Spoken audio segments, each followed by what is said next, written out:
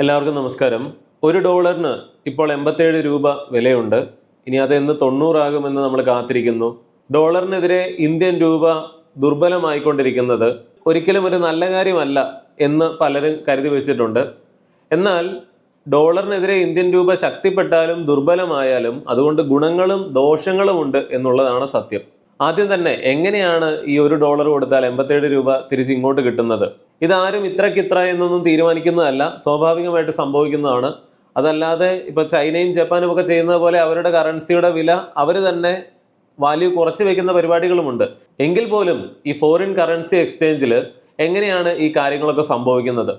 നമ്മൾ പണ്ട് ക്രൂഡ് ഓയിലിൻ്റെ കാര്യങ്ങളൊക്കെ പറഞ്ഞതുപോലെ തന്നെ വളരെ ചുരുക്കി നിസ്സാരമായിട്ട് പറയുകയാണെങ്കിൽ ഡിമാൻഡും സപ്ലൈയും അനുസരിച്ച് തന്നെയാണ് ഈ കാര്യങ്ങളും. ഇന്ത്യ എന്ന് പറയുന്ന രാജ്യം ഒരുപാട് ഇറക്കുമതി ആശ്രയിക്കുന്ന ഒരു രാജ്യമാണ്. ക്രൂഡ് ഓയിൽ അതിൽ പ്രധാനപ്പെട്ട ഒരു കാര്യമാണ്. ഇന്ത്യ എന്ന് പറയുന്ന രാജ്യം ഏറ്റവും അധികം ഏത് രാജ്യത്തിൽ നിന്നാണ് സാധനങ്ങൾ ഇങ്ങോട്ട് ഇമ്പോർട്ട് ചെയ്യുന്നത്? ചൈനയിൽ നിന്നാണ്.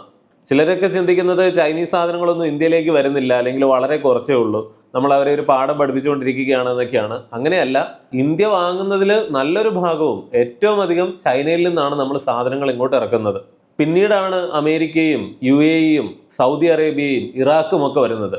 ഈ പറയുന്ന രാജ്യങ്ങളൊക്കെ പ്രധാനമായിട്ടും ക്രൂഡ് ഓയിലിൻ്റെ ഒക്കെ രീതിയിലാണ് ഈ ലിസ്റ്റിൽ ഇടം പിടിച്ചിരിക്കുന്നതെങ്കിൽ ചൈന അങ്ങനെയല്ല. ഇപ്പം നിലവിൽ ചൈന കഴിഞ്ഞാൽ രണ്ടാമത് റഷ്യ വന്നിട്ടുണ്ട് കഴിഞ്ഞ വർഷത്തേക്ക് എടുക്കുകയാണെങ്കിൽ. കാരണം റഷ്യയിൽ നിന്ന് നമ്മൾ ഒരുപാട് ക്രൂഡ് ഓയിൽ വാങ്ങുന്നതുകൊണ്ടാണ്. അപ്പോൾ നമ്മളിവിടെ ഇരുന്ന് ചൈനയെ ഒരു പാഠം പഠിപ്പിക്കുക എന്നൊക്കെ പറഞ്ഞാൽ പോലും ഇന്ത്യ ഏറ്റവും കൂടുതൽ ആശ്രയിക്കുന്ന ഒരു രാജ്യമാണ്, അല്ലെങ്കിൽ ഏറ്റവും അധികം ഇങ്ങോട്ട് ഇമ്പോർട്ട് വരുന്നത് ചൈനയിൽ നിന്നാണ് എന്ന് മനസ്സിലാക്കണം. അപ്പോൾ ഇതെന്തിനാണ് ഈ ചൈനയുടെ കാര്യം പറഞ്ഞതെന്ന് ചോദിച്ചു കഴിഞ്ഞാൽ, ഈ ചൈനയ്ക്ക് നമ്മൾ പണം കൊടുക്കുന്നത് എങ്ങനെയാണ്? ഇന്ത്യൻ രൂപയിലല്ല, ചൈനീസ് യുവാനിലുമല്ല, ഡോളറിൽ തന്നെയാണ്. ഇന്ത്യൻ രൂപ കൊടുത്തിട്ട് അതിന് തുല്യമായ ഡോളറിലാണ് നമ്മൾ പേ ചെയ്യുന്നത്. ഇതുപോലെയാണ് ഒട്ടുമിക്ക രാജ്യങ്ങളിലും. ഈ ഇടയ്ക്ക് ഇപ്പോൾ റഷ്യയിൽ നിന്ന് ക്രൂഡ് ഓയിൽ വാങ്ങുമ്പോൾ പകരം ഇന്ത്യൻ രൂപയിൽ തന്നെ നമ്മൾ പണം കൊടുക്കുന്നു. ഇതൊക്കെ പണ്ട് വീഡിയോകളായിട്ട് ചെയ്തതാണ്. അതിനുമൊക്കെ ഒരു പരിധി ഉണ്ടായിരുന്നു. ഏറ്റവും ശക്തമായ കറൻസി എന്ന് പറഞ്ഞാൽ ഈ ഡോളർ തന്നെയാണ്, അതിലൊരു സംശയവുമില്ല. ഇപ്പോൾ ഡോളറിനേക്കാളും വാല്യൂ ഉള്ള കറൻസികളുണ്ട്. ഇപ്പോൾ കുവൈറ്റ് ദിനാർ ആണെങ്കിലും അല്ലെങ്കിൽ ഒമാനിലെ കറൻസി ആണെങ്കിലും ഒക്കെ മൂല്യം നോക്കുമ്പോൾ ഡോളറിനേക്കാളും കൂടുതലായിരിക്കും പലത്. പക്ഷേ മോസ്റ്റ് ട്രേഡഡ് കറൻസി എന്ന് പറയുന്നത്, അല്ലെങ്കിൽ ഒരു വേൾഡ് കറൻസി എന്ന് പറയാവുന്നതൊക്കെ തന്നെ ഈ ഡോളറാണ്. എങ്ങനെയാണ് ഡോളർ ശക്തമായിരിക്കുന്നത്? അല്ലെങ്കിൽ ഒപ്പക് രാജ്യങ്ങളുമൊക്കെ ആയിട്ട്, ഈ ഗൾഫിലെ പ്രധാനപ്പെട്ട രാജ്യങ്ങളുമൊക്കെ ആയിട്ട്, സൗദി അറേബ്യയും ഈ രാജ്യങ്ങളൊക്കെ ഇനി ഡോളറിലായിരിക്കും വിൽക്കുന്നത്. അപ്പോൾ ഇതൊക്കെ കൊണ്ട് തന്നെയാണ് ഡോളർ ശക്തമായി നിൽക്കുന്നത് എന്നൊക്കെ നമ്മൾ പണ്ട് പറഞ്ഞിട്ടുള്ളതാണ്. അപ്പോൾ ഇതിൻ്റെയൊക്കെ ചുരുക്കത്തിൽ പല കാര്യങ്ങളും അവിടെ പണം എന്നുള്ള രീതിയിൽ ഉപയോഗിക്കുന്നതെല്ലാം ഈ ഡോളറാണ്. അതിനു മുൻപ് പ്രധാനപ്പെട്ട ഒരു കാര്യം പറയട്ടെ. ഗൾഫ് പോലും അടുത്ത് ഇപ്പോൾ കൂടുതലായിട്ട് യൂറോപ്പിലേക്ക് പോകുന്ന മലയാളികൾ ഒന്ന് മറക്കുകയാണ്. വളർന്നുകൊണ്ടിരിക്കുന്ന ഒരു രാജ്യത്തിലാണ് അതിവേഗം നിങ്ങൾക്ക് വളരാനുള്ള സാഹചര്യങ്ങളെല്ലാം ഉള്ളത്. ഇന്ത്യ അതിവേഗം വളരുന്ന ഒരു സാമ്പത്തിക ശക്തി തന്നെയാണെന്ന്. അടുത്ത 3 വർഷത്തിനുള്ളിൽ ഇന്ത്യ ലോകത്തിലെ 3ാമത്തെ വലിയ സാമ്പത്തിക ശക്തി ആകുമെന്നാണ് കണക്കാക്കപ്പെടുന്നത്. എവിടെ നിക്ഷേപിക്കണമെന്ന് പ്രവാസികൾക്ക് ആശയക്കുഴപ്പമുള്ളപ്പോൾ സത്യം ഇതാണ്: നിങ്ങൾ നിക്ഷേപിക്കേണ്ടത് ഇന്ത്യയിൽ തന്നെയാണ്. NRI ആയിട്ടുള്ളവർക്ക് പ്രതിമാസം 18,000 രൂപ ഇൻവെസ്റ്റ് ചെയ്യുകയാണെങ്കിൽ ഒരു ദീർഘകാല അടിസ്ഥാനത്തിൽ കോടികൾ റിട്ടേൺ ആയി ലഭിക്കുന്ന ധാരാളം നിക്ഷേപാവസരങ്ങൾ ഓൺലൈൻ വഴി അവൈലബിൾ ആണ്. 22% വരെയൊക്കെ ഹൈ റിട്ടേൺ നൽകാൻ സാധ്യതയുള്ള വിവിധ കമ്പനികളുടെ 150-ൽ പരം പ്ലാനുകളിൽ നിന്ന് കമ്പയർ ചെയ്തെടുക്കാനുള്ള ലിങ്ക് ഡിസ്ക്രിപ്ഷൻ ബോക്സിലും പിൻഡ് കമന്റിലും കൊടുത്തിട്ടുണ്ട്. അതുപോലെ നിങ്ങളുടെ റിസ്ക് പ്രൊഫൈൽ അനുസരിച്ച് ഗ്യാരണ്ടീഡ് റിട്ടേൺ ആയോ, ക്യാപിറ്റൽ ഗ്യാരണ്ടീഡ് ആയോ, അതുമല്ലെങ്കിൽ 100% മാർക്കറ്റ് ലിങ്ക്ഡ് ആയോ എങ്ങനെ വേണമെങ്കിലും നിക്ഷേപിക്കാം. ഓൺലൈനായി എടുക്കുന്നതിലൂടെ നിങ്ങളുടെ ഫണ്ട് എവിടെ ഇരുന്നു കൊണ്ടും നിയന്ത്രിക്കാനും ആവശ്യമാണെങ്കിൽ 5 വർഷത്തിന് ശേഷം നിങ്ങളുടെ ഫണ്ട് വിത്ഡ്രോ ചെയ്യാനും സാധിക്കും. അതോടൊപ്പം മാസം അടയ്ക്കുന്ന പ്രീമിയത്തിന്റെ 120 മടങ്ങ് ലൈഫ് കവർ നൽകുന്ന പ്ലാനുകളും നിങ്ങൾക്ക് അവിടെ കാണാം. ഞാൻ വീഡിയോയുടെ ഡിസ്ക്രിപ്ഷനിലും പിൻഡ് കമന്റിലും കൊടുത്തിരിക്കുന്ന ലിങ്ക് വഴി പോയാൽ ഇന്ത്യയിലുള്ള NRI ഇൻവെസ്റ്റ്മെന്റ് ഓപ്ഷനുകളെ കുറിച്ച് അറിയാനും നിക്ഷേപിക്കാനും സാധിക്കും. നിലവിൽ ഇന്ത്യൻ രൂപ ഡോളറിനെതിരെ, അല്ലെങ്കിൽ ഇപ്പോൾ 87 രൂപ കൊടുത്താലാണ് ഒരു ഡോളർ കിട്ടുക എന്നൊക്കെ പറയുമ്പോൾ ഇതിൻ്റെ യഥാർത്ഥ കാരണം മുഴുവനുമല്ല, ഡോളർ ശക്തിപ്പെട്ടതാണ്. അതൊരു ഒഴിവുകഴിവായിട്ട് ആളുകൾക്ക് തോന്നിയേക്കാം, ഡോളർ ശക്തിപ്പെട്ടതാണ് നമ്മുടെ കുഴപ്പമല്ല എന്ന്. പക്ഷേ ഫാക്റ്റ് തന്നെയാണ് നമ്മൾ നോക്കുന്നതെങ്കിൽ ഇത് തന്നെയാണ് കാരണം. ട്രംപ് അധികാരത്തിലെത്തിയതാണ് ഒരു പ്രധാനപ്പെട്ട കാര്യമെന്ന് പറയാം, ഈ 87-ലേക്കൊക്കെ പോയതിൻ്റെ സാഹചര്യം. കാരണം എന്താണ്? പല രാജ്യങ്ങളും ഡോളറിൽ ഈ കാര്യങ്ങളൊക്കെ ചെയ്യുമ്പോൾ ഒരു ബാങ്ക് സങ്കല്പിക്കുക, അല്ലെങ്കിൽ വേൾഡ് കറൻസി എക്സ്ചേഞ്ചിൽ ഓരോ ആളുകളും അവരവരുടെ കറൻസിയുമായിട്ട് ചെന്നിട്ട് അതിന് പകരമായിട്ടുള്ള ഈക്വലൻ്റ് ആയിട്ടുള്ള ഡോളർ തരൂ എന്ന് പറയുകയാണ്. ഇന്ത്യയും പറയുകയാണ് നമ്മളിപ്പോൾ 87 കൊടുത്താലാണ് ഇങ്ങോട്ടൊരു ഡോളർ കിട്ടുക. അപ്പോൾ കാര്യങ്ങളെല്ലാം ഇതിലായതുകൊണ്ട് തന്നെ ഡിമാൻഡ് കൂടുമ്പോൾ, നമ്മൾ ആദ്യം പറഞ്ഞു, ആ ഡിമാൻഡ് കൂടുമ്പോൾ സ്വാഭാവികമായിട്ടും ഡോളർ ശക്തിപ്പെടുന്നു, അതനുസരിച്ച് ഇന്ത്യൻ രൂപയുടെ വിലയും കുറയും. പ്രധാനമായിട്ട് 3 കാര്യങ്ങളായിട്ട് നമുക്ക് തിരിക്കാം. ഒന്ന്, നേരത്തെ പറഞ്ഞ പോലെ ഈ ട്രംപ് അധികാരത്തിൽ കയറിയപ്പോൾ ഇപ്പോൾ ഇന്ത്യൻ മാർക്കറ്റിൽ അല്ലെങ്കിൽ ഇന്ത്യൻ കമ്പനികളിലുമൊക്കെ ഒരുപാട് വിദേശ നിക്ഷേപമുണ്ട്. അങ്ങനെ വിദേശ നിക്ഷേപം എത്രത്തോളം ഇവിടെ വരുത്താമോ അത് തന്നെയാണ് നമ്മുടെ രാജ്യത്തിന് രക്ഷപ്പെടാനുള്ള ഒരു വഴിയും. ചൈനയിലും അത് തന്നെയാണ് സംഭവിച്ചത്. പക്ഷേ ഇപ്പോൾ ഈ ട്രംപ് അധികാരത്തിലെത്തിയപ്പോൾ പലർക്കും വലിയൊരു പ്രതീക്ഷ, അല്ലെങ്കിൽ നല്ല രീതിയിൽ അമേരിക്കൻ മാർക്കറ്റുകളൊക്കെ പെർഫോം ചെയ്യും, ട്രംപിന്റെ ഓരോ നയങ്ങൾ, ഇങ്ങനെയുള്ളൊരു ആഗോള മാറ്റം കാരണം ഇന്ത്യയിൽ നിക്ഷേപിച്ചിരുന്ന പല വിദേശ നിക്ഷേപകരും അവരുടെ മൂലധനം ഇന്ത്യയിൽ നിന്ന് പിൻവലിച്ചിട്ട് അത് അമേരിക്കയിൽ തന്നെയോ അല്ലെങ്കിൽ മറ്റു പല രാജ്യങ്ങളിലേക്കുമൊക്കെ കൊണ്ടുപോയിട്ടുണ്ട് വൻതോതിൽ ഈ ഇടയ്ക്ക്. അത് ഇന്ത്യൻ രൂപയുടെ തകർച്ചയ്ക്ക് കാരണമായിട്ടുണ്ട്. രണ്ടാമത്തെ കാര്യം എന്ന് പറഞ്ഞാൽ ഈ ഇൻഫ്ലേഷൻ, അതായത് ഇന്ത്യയിൽ തന്നെയുള്ള ഈ പ്രശ്നങ്ങൾ. മൂന്നാമത്തെ ഒരു കാരണം പലരും ഒരിടത്തും പറഞ്ഞ് കേൾക്കാത്തൊരു കാര്യമാണ്. അത് പെട്ടെന്ന് അങ്ങ് സംഭവിക്കുന്നതല്ല. ഒരുപാട് പണക്കാർ രാജ്യം വിടുന്നു. അതായത് സാധാരണക്കാർ എങ്ങനെയെങ്കിലും അവിടെ ഒരു പൗരത്വമൊക്കെ കിട്ടണമെന്ന് പറഞ്ഞിട്ട് ഓരോ വിദേശ രാജ്യങ്ങളിലേക്ക് പോകുന്നതല്ല ഉദ്ദേശിച്ചത്. ഇവിടെ ബിസിനസ് ചെയ്ത് അല്ലെങ്കിൽ ഒരുപാട് റിച്ച് ആയിട്ട് മാറിയ വലിയ ബിസിനസ്സുകാരും മില്യണേഴ്സും ഒക്കെ ഓസ്ട്രേലിയയിലേക്കും ന്യൂസിലൻഡിലേക്കും അല്ലെങ്കിൽ യൂറോപ്പിലേക്കും ഒക്കെ അവരുടെ ബാക്കി ജീവിതകാലം അവിടെ ജീവിക്കാമെന്നുള്ള രീതിയിൽ അങ്ങോട്ട് പോവുകയാണ്, അങ്ങോട്ട് ബിസിനസ്സുകൾ മാറ്റുകയാണ്. ഇതും ഒരു പ്രധാന കാരണമാണ്. ഒരുപാട് പണമുള്ള പലരും ഇന്ത്യ വിടുന്നില്ല. അതിന്റെ കാരണം എന്താണ്? ഇങ്ങനെ പണം ഉണ്ടാക്കിയ പലരും ബിസിനസ്സുകാരായിരിക്കും, ആ ബിസിനസ്സുകൾ ഇന്ത്യയിലായിരിക്കും മിക്കവാറും. അപ്പോൾ അതുകൊണ്ടുള്ള സാങ്കേതികമായിട്ടുള്ള ചില കാര്യങ്ങൾ, ഇപ്പൊ സെലിബ്രിറ്റികളൊക്കെ ആണെങ്കിലും അവർക്ക് ഇന്ത്യയിൽ തന്നെ നിന്നിട്ടേ കാര്യമുള്ളൂ. ഇങ്ങനെയുള്ള ഓരോ കാരണങ്ങൾ കൊണ്ട് തന്നെ പണം ഉണ്ടാക്കിയാൽ അവരെല്ലാം നാട് വിടണമെന്നില്ല. വളരെ കുറച്ച് പേർക്ക് അങ്ങനെ പോകാനുള്ള സാഹചര്യങ്ങൾ ഉണ്ടാവുകയുള്ളൂ. എങ്കിൽ പോലും പല മില്യണേഴ്സും അവരുടെ ബിസിനസ്സിനൊക്കെ മോശമായിട്ട് ബാധിക്കുമെന്ന് അറിഞ്ഞിട്ടും ജീവിതം ഒന്നേ ഉള്ളൂ, അത് നല്ല രാജ്യത്ത് ജീവിക്കണം എന്നുള്ളൊരു ചിന്തയൊക്കെ കൊണ്ടായിരിക്കാം അവർ പലരും പുറത്തേക്ക് പോവുകയാണ്. ഇപ്പൊ നിസ്സാരം പറഞ്ഞു കഴിഞ്ഞാൽ, ഞാനിപ്പോൾ ഒരു വലിയ കോടീശ്വരനാണെങ്കിൽ ഏതാനും കോടി, ഒരു 5 കോടി അല്ലെങ്കിൽ 10 കോടി, പല രാജ്യങ്ങളിലും പല രീതിയിലാണ്. ഓസ്ട്രേലിയ എടുത്താലും ന്യൂസിലൻഡ് എടുത്താലും അല്ലെങ്കിൽ UK എടുത്താലും അവിടുത്തെ ഏതെങ്കിലും ഒരു മേഖലയിൽ ഗവൺമെന്റ് പറയുന്നത് പോലെ ഇത്ര തുക ഇൻവെസ്റ്റ് ചെയ്യുകയാണെങ്കിൽ അല്ലെങ്കിൽ ഇന്ന കാര്യങ്ങൾ ചെയ്യുകയാണെങ്കിൽ നമുക്ക് അപ്പോൾ തന്നെ അവിടുത്തെ പൗരത്വം കിട്ടുകയാണ്.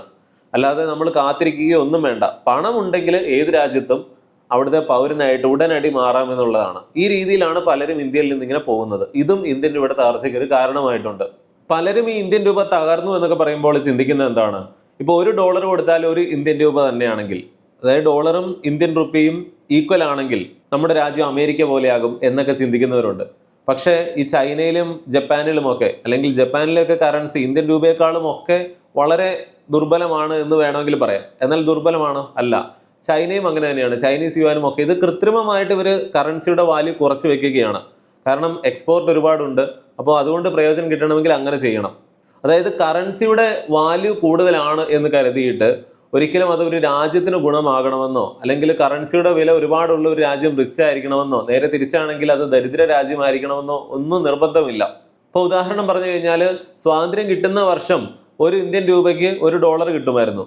പെട്ടെന്ന് തന്നെ അത് 2, 3, 4 എന്നൊക്കെ മാറിപ്പോകുന്നുണ്ടെങ്കിലും അന്ന് ഈ പറയുന്ന പോലെ $1 ഒരു ഇന്ത്യൻ രൂപയായിരുന്നു. അതുപോലെ ഇനി ഭാവിയിൽ $1 100 ഇന്ത്യൻ രൂപയാകുമെന്ന് വിചാരിക്കുക. ഇന്ത്യ വലിയ തകർച്ചയിലേക്ക് പോകും എന്നൊന്നും ആരും തെറ്റിദ്ധരിക്കണ്ട. ഈ കാര്യങ്ങളാണ് നമ്മൾ വളരെ നിസ്സാരമായിട്ട് മനസ്സിലാക്കാൻ പോകുന്നത്. ഇന്ത്യൻ രൂപ ശക്തിപ്പെട്ട് നിന്നൊരു സമയം ഉണ്ടായിരുന്നു. ഇന്ത്യയിൽ ഈ ലിബറലൈസേഷനും അല്ലെങ്കിൽ ഗ്ലോബലൈസേഷനും പ്രൈവറ്റൈസേഷനും ഒക്കെ വരുന്നതിന് മുമ്പ് ഈ PV നരസിംഹറാവു അല്ലെങ്കിൽ ഡോക്ടർ മൻമോഹൻ സിംഗ് ധനകാര്യമന്ത്രിയൊക്കെ ആയിട്ടിരിക്കുന്ന സമയത്താണ് നമ്മൾ ആഗോളവൽക്കരണത്തിന് വാതിൽ തുറന്നത്. ചൈനയെ പോലെ. ചൈന അതൊരു 10 വർഷങ്ങൾക്ക് മുമ്പേ 1979 തന്നെ ചെയ്തു. ഇന്ത്യ ഇത്തിരി വൈകി ഒരു 91 ആയപ്പോഴാണ് നമ്മൾ ഈ കാര്യങ്ങളൊക്കെ ചെയ്തത്. അപ്പോൾ അതിനു മുൻപ് വരെ അല്ലെങ്കിൽ അന്ന് വരെയൊക്കെ ഡോളറിനെതിരെ ഇന്ത്യൻ രൂപയ്ക്ക് അത്യാവശ്യം ശക്തി ഉണ്ടായിരുന്നു എന്ന് പറയാം. പക്ഷെ അന്ന് ഇന്ത്യ സാമ്പത്തികമായിട്ട് വലിയ ദാരിദ്ര്യത്തിലായിരുന്നു. ഇന്ത്യ ഒരു ശക്തിയായിരുന്നില്ല. ഇന്ന് പല പ്രശ്നങ്ങളുണ്ടെങ്കിൽ പോലും ഇന്ത്യ ഒരു ഗ്ലോബൽ പവർ ആണ്. ആ കാര്യത്തിൽ ആർക്കും ഒരു സംശയവും ഇല്ല. അല്ലാതെ അത് മിലിറ്ററിയിൽ മാത്രമൊന്നുമല്ല. പക്ഷെ 91 മുമ്പ് ഇതായിരുന്നില്ല അവസ്ഥ. അത് വ്യക്തമായിട്ട് മനസ്സിലാക്കാൻ പിന്നീട് അങ്ങോട്ട് ഇന്ന് വരെയും ഇന്ത്യൻ രൂപയുടെ വാല്യൂ താഴോട്ട് പോവുകയാണ്. നമ്മുടെ ഭാഷയിൽ പറഞ്ഞാൽ ദുർബലമാവുകയാണ്.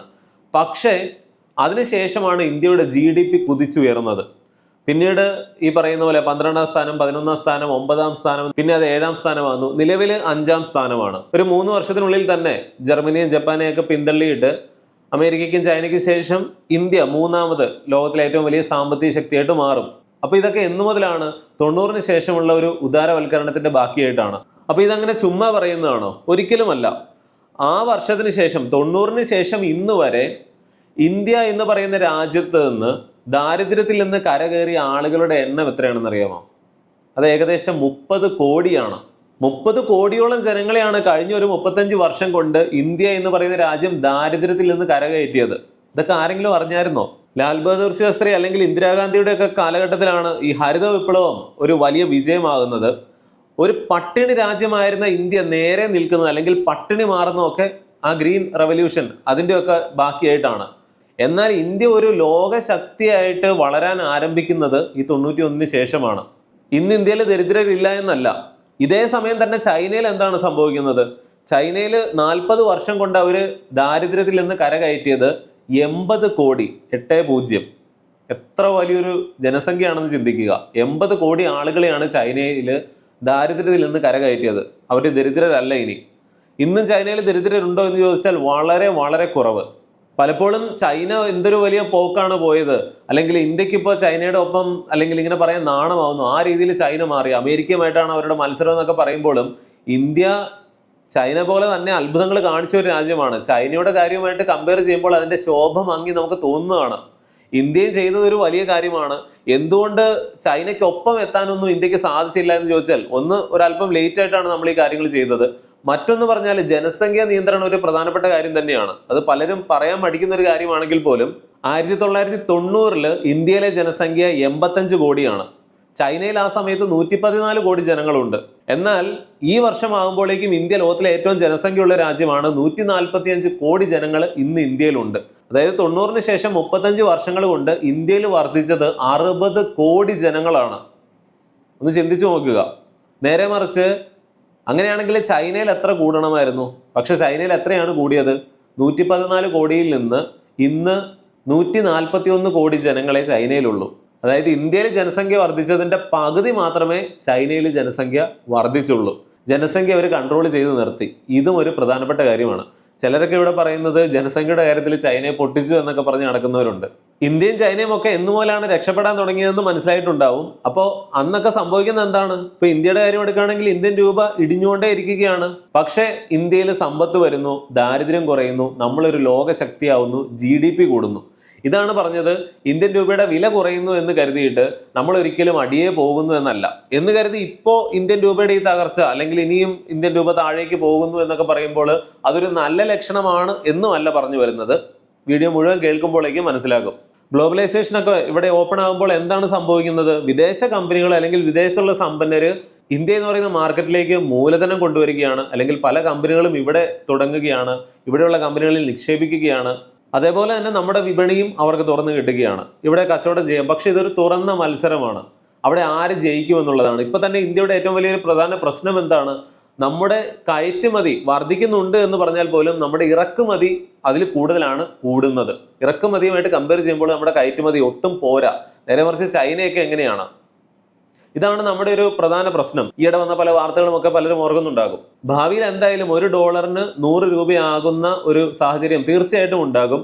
അത് 2030-ലാണോ അതോ ഇനി ചിലപ്പോൾ അടുത്ത വർഷമോ അതിൻ്റെ തൊട്ടടുത്ത വർഷമോ ആണോ എന്നുള്ള കാര്യത്തിൽ മാത്രമേ സംശയമുള്ളൂ. കാരണം നമ്മുടെ എക്സ്പോർട്ട് ഇമ്പോർട്ട് അല്ലെങ്കിൽ രാജ്യത്തിൻ്റെ GDP-യിലുള്ള വളർച്ച, വലിയ മാറ്റങ്ങൾ വരുന്നത്, അല്ലെങ്കിൽ ഇവിടുത്തെ രാഷ്ട്രീയം എല്ലാം കൂടെ നോക്കുമ്പോഴേക്കും ഇപ്പോഴുള്ള ഒരു തോതിൽ തന്നെ മുന്നോട്ടും ഇന്ത്യൻ രൂപയുടെ വാല്യൂ കുറയാൻ തന്നെയാണ് ഡോളറിനെതിരെ സാധ്യത. അതായത് എന്തായാലും അധികം കാത്തിരിക്കാതെ തന്നെ $1 100 രൂപയാവുന്ന സാഹചര്യം എന്തായാലും വരും. ഒരിക്കലും നമ്മളൊരു വീഡിയോ ചെയ്തതാണ്, ഭാവിയിൽ $1 1 ഇന്ത്യൻ രൂപയാവുന്നു എന്ന് കരുതുക. രൂപയും ഡോളറും ഈക്വലായി. അപ്പോൾ ഇന്ത്യയുടെ അവസ്ഥ എന്തായിരിക്കും എന്ന് പറഞ്ഞ് ഒരു 2-3 വർഷം മുമ്പ് നമ്മൾ ഒരിക്കലും ഒരു വീഡിയോ ചെയ്തതാണ്.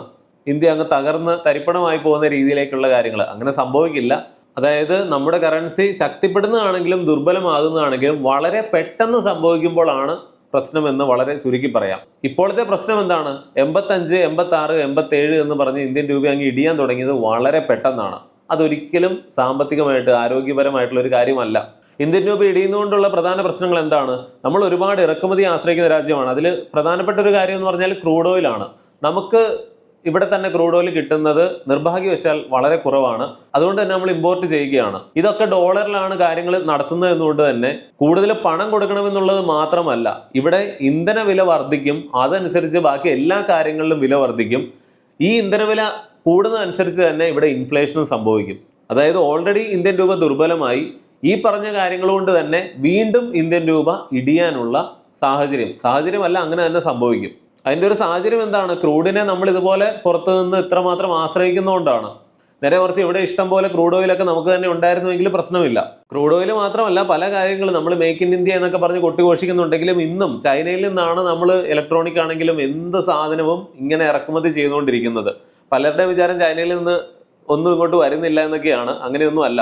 അപ്പൊ ഇവിടെ തന്നെ നമ്മൾ സാധനങ്ങൾ ഉണ്ടാക്കുക, അല്ലെങ്കിൽ ചൈനയുണ്ട് തൊട്ടടുത്ത്, എന്താണ് ചെയ്യേണ്ടതെന്ന് കണ്ടുപിടിക്കാനായിട്ട്. ഇപ്പൊ നമ്മുടെ രാജ്യത്ത് കുറെ സ്പെഷ്യൽ എക്കണോമിക് സോണുകളൊക്കെ ഉണ്ടാക്കി. ഇവിടെ കാര്യം ഈ ഗ്ലോബലൈസേഷൻ ഒക്കെ വന്നു എന്ന് പറഞ്ഞാൽ പോലും ചൈനയുടേതുപോലെ ഒരു കറ കളഞ്ഞ രീതിയിലല്ല ഇവിടെ സംഭവിച്ചിരിക്കുന്നത്. ഇവിടെ ഇപ്പോഴും കുറെ സോഷ്യലിസത്തിന്റെ എലമെന്റ്സ് ഉണ്ട്. നമ്മളൊരു വീഡിയോയിൽ പറഞ്ഞതുപോലെ അതൊരു പ്രധാന പ്രശ്നമാണ്. എന്നാൽ ഒരു രാജ്യത്തെ സംബന്ധിച്ച് ഇന്ത്യൻ രൂപ ദുർബലമാകുമ്പോഴുള്ള ഏറ്റവും വലിയ ഗുണം എന്താണെന്ന് ചോദിച്ചാൽ, നമ്മുടെ മത്സരശേഷി, കയറ്റുമതിയിലുള്ള മത്സരശേഷിയെ അത് നല്ല രീതിയിൽ തന്നെ പ്രോത്സാഹിപ്പിക്കും. കാരണം എക്സ്പോർട്ട് ചെയ്യുന്ന, ഇന്ത്യയിൽ നിന്ന് പല കാര്യങ്ങളും എക്സ്പോർട്ട് ചെയ്യുന്ന, ബിസിനസ് ചെയ്യുന്ന പല ആളുകൾക്കും ഇത് നല്ലൊരു അവസരമാണ്. കാരണം വിദേശ കറൻസി കൊടുത്താൽ ഇത്ര ഇന്ത്യൻ രൂപ കൂടുതൽ കിട്ടുകയാണ്. അതുകൊണ്ട് തന്നെ നമ്മുടെ വിദേശത്തേക്കുള്ള കയറ്റുമതിയെ അവിടെ അതൊരു മത്സരശേഷി ഉണ്ടാക്കും. അപ്പോൾ ഇന്ത്യൻ രൂപ ഇടിയുന്നു എന്ന് പറയുമ്പോൾ യഥാർത്ഥത്തിൽ ഇവിടെ എന്താണ് ചെയ്യേണ്ടത്? നമ്മൾ കൂടുതൽ കാര്യങ്ങൾ കയറ്റുമതി ചെയ്യുക. പിന്നെ ഈ കാര്യം പറയേണ്ട കാര്യമില്ല, അതുകൊണ്ടാണ് ഇത് അവസാനം പറയുന്നത്. പ്രവാസികൾ ഒരുപാടുള്ള ഒരു സംസ്ഥാനമാണ് കേരളം. പണ്ടത്തെ അത്ര NRI റെമിറ്റൻസ് ഒന്നും ഇങ്ങോട്ട് വരുന്നില്ലെങ്കിൽ പോലും ഈ ഗൾഫിൽ നിന്നുമൊക്കെ അയക്കുന്ന പണത്തിൽ ഇത് നല്ല രീതിയിൽ കൂടുതൽ ഇന്ത്യൻ രൂപയുടെ കിട്ടുന്ന രീതിയിൽ അത് പ്രവാസികൾക്ക് നല്ലൊരു അവസരം തന്നെയാണ്. ഇപ്പോൾ ഡോളറും ഇന്ത്യൻ രൂപയും എടുത്ത് നോക്കിയാലും മറ്റ് കറൻസികളും, ഇപ്പോൾ ഗൾഫിലെ കറൻസികളൊക്കെ ആണെങ്കിൽ പോലും ഇതേപോലെ തന്നെ പ്രതിഫലിക്കുന്നുണ്ട് ഈ എക്സ്ചേഞ്ച് റേറ്റ്. വീഡിയോയുടെ തുടക്കത്തിൽ ഞാൻ പറഞ്ഞതുപോലെ തന്നെ പ്രവാസികൾക്കായുള്ള ഇന്ത്യയിലെ ഇൻവെസ്റ്റ്മെന്റ് പ്ലാനുകളെ കുറിച്ച് ഒന്നുകൂടി ഓർമ്മിപ്പിക്കുന്നു. മാസം 18,000 രൂപ മുതൽ ഇതിൽ നിക്ഷേപിക്കാം. 22% വരെയൊക്കെ റിട്ടേൺ സാധ്യതയുള്ള ഫണ്ടുകളിൽ നിന്ന് നിങ്ങൾക്ക് ഇഷ്ടമുള്ളത് തിരഞ്ഞെടുത്ത് നിക്ഷേപിക്കാനുള്ള അവസരമുണ്ട്. ഇതേപറ്റി കൂടുതൽ അറിയണമെങ്കിൽ ഡിസ്ക്രിപ്ഷനിലും കമന്റിലും കൊടുത്തിട്ടുള്ള ലിങ്ക് വഴി പോയി ചെക്ക് ചെയ്യുക. എന്തൊക്കെയാണെങ്കിലും ഈ വീഡിയോ കുറിച്ചുള്ള നിങ്ങളുടെ അഭിപ്രായം, സംശയങ്ങൾ, വിമർശനങ്ങൾ, നിർദ്ദേശങ്ങൾ ഇതൊക്കെ അറിയിക്കണം. മറ്റൊരു വീഡിയോയിൽ വീണ്ടും വരാം. നന്ദി, നമസ്കാരം.